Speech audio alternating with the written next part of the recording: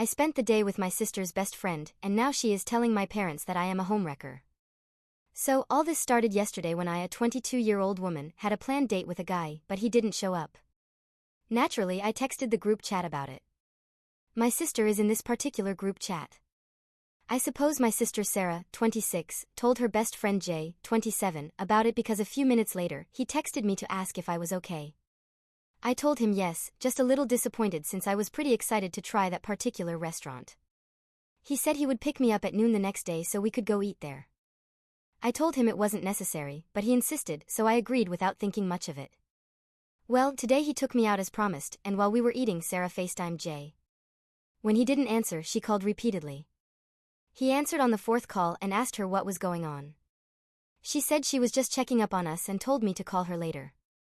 Later ended up being almost 8 p.m. Jay and I ended up spending the rest of the day together, hunting down some collectible dolls we both like and trying different dessert spots along the way. On the way back to my apartment, Jay asked me to change the music on his phone. When I opened it, I saw that my sister had called him about 30 times throughout the day and texted him across multiple different apps. Jay put his phone on Do Not Disturb after lunch, so it made sense why he didn't see those notifications. Once he dropped me off, I called my sister and asked if everything was all right. She said yes and asked if I had forgotten to call her back sooner. I told her I was out with Jay, so I didn't get the chance and figured it could wait since she didn't call me. She hung up, and a few minutes later I got a call from my mom. She sounded angry and told me that I should be ashamed of myself. I said sure, but why today?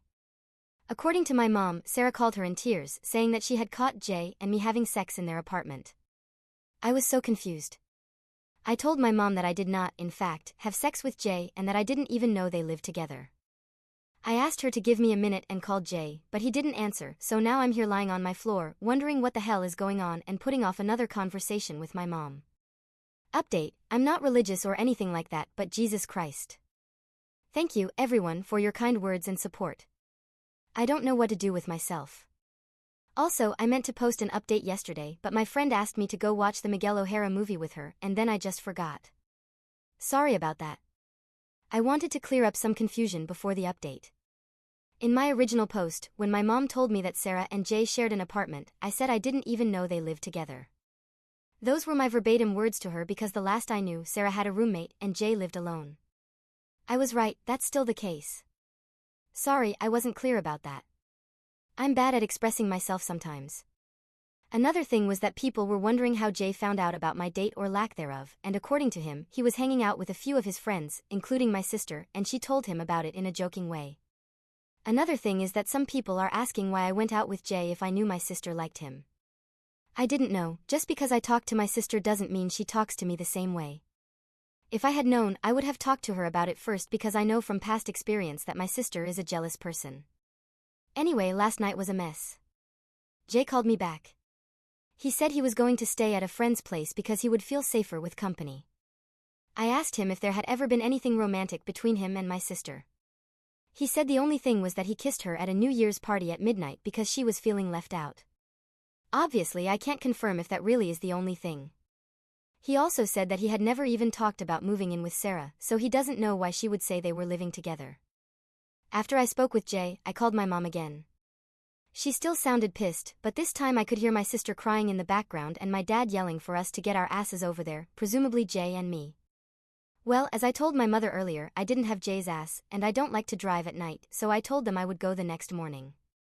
That also gave me time to gather any evidence I could to prove my innocence.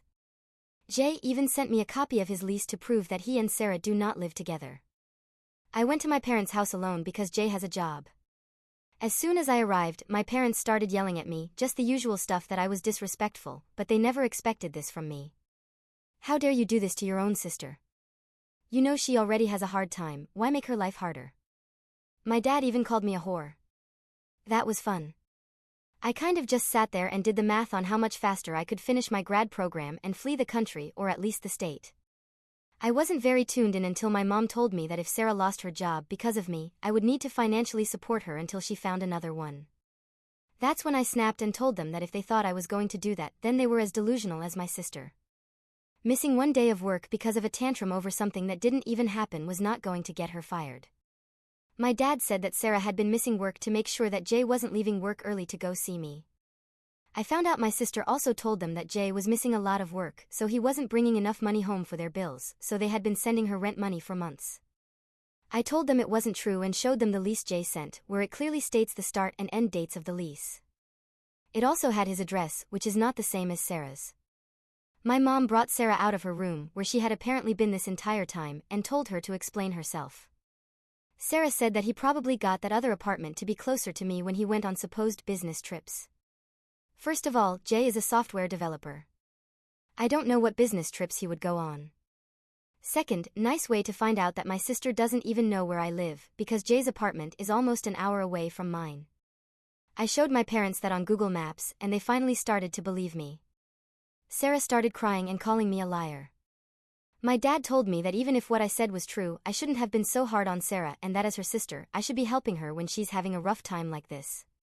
I told him I wasn't a therapist, but if she ever decided to get help, I would pitch in. I left after that.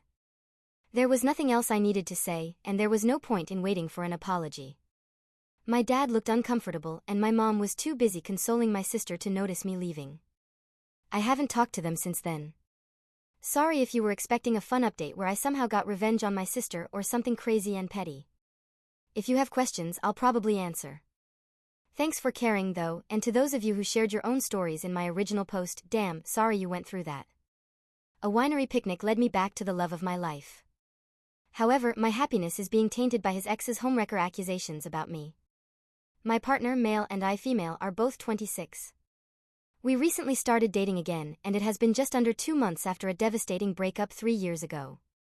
We broke up due to long distance, as my dad had died, and I didn't have the emotional bandwidth to commit to a relationship. We never wanted to break up, the circumstances at the time were just bad. So, a few months ago, a good friend from school invited me to celebrate her parents' vow renewal ceremony in a beautiful hill town, and they went all out with the celebration. I hadn't seen my then ex at the time and was pleasantly surprised to see him. When I saw him at the villa, I felt an instant flutter in my heart.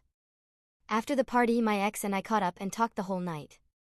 We even shared a dance together. It was very warm, relaxing, and sweet. It felt like old times. I got to know he had a girlfriend already, and he had been with her for 1.5 years, and I was comfortable enough to make a flirty joke about how quickly he found a new girl. He was just the same person I once knew, and I was a little sad as well because I really wanted him back. I loved him still, and since he had the same feelings for me too, I tried to be respectful and didn't make a move. Before the trip, I already had plans to visit this winery that this hill town was known for. I invited my ex to come with me. I know, bold move. We had a great time wine tasting and sat together, soaking up the sun on the grass, and had a really lovely picnic. I was drunk and blurted out that I regretted that our relationship ended and that if my dad was still here, we'd still be together. I told him I never stopped loving him and that he was and still is the love of my life. He reciprocated that he was in love with me too, but we didn't do anything physically. He decided that he needed to end things with his then-girlfriend, and after some time, we started dating again. Honestly, I'm so glad my friend invited me and I met my boyfriend. I know, as cheesy as it may sound, I feel that there was a bigger reason for us to suddenly meet again. I'm so in love with him and so happy we are back together. My Instagram profile is open and I posted 2 pictures in an album that showed how much we have grown. I'm ecstatic that we are together. In a way, it feels like my father's blessing from heaven. However, his ex sent a barrage of nasty messages to me and called me a homewrecker. I know that we have feelings for each other, but I don't think we had any control over that. We didn't do anything physically besides holding hands, as it was getting a little cold at the winery during sunset and all. We both wanted to be outstandingly honest with one another, and we only got together after he ended things with her as soon as the trip was over. She has been contacting my friends and other people I know and saying horrible things about me. She has already called me horrible names and has attempted to tarnish my boyfriend's name to their common friends, who have been letting us know what she has been up to. All of this has been extremely upsetting to both of us, and I do not know how to put an end to it. I should have been cherishing our relationship and not having to deal with a scornful ex who is doing all of this for petty revenge.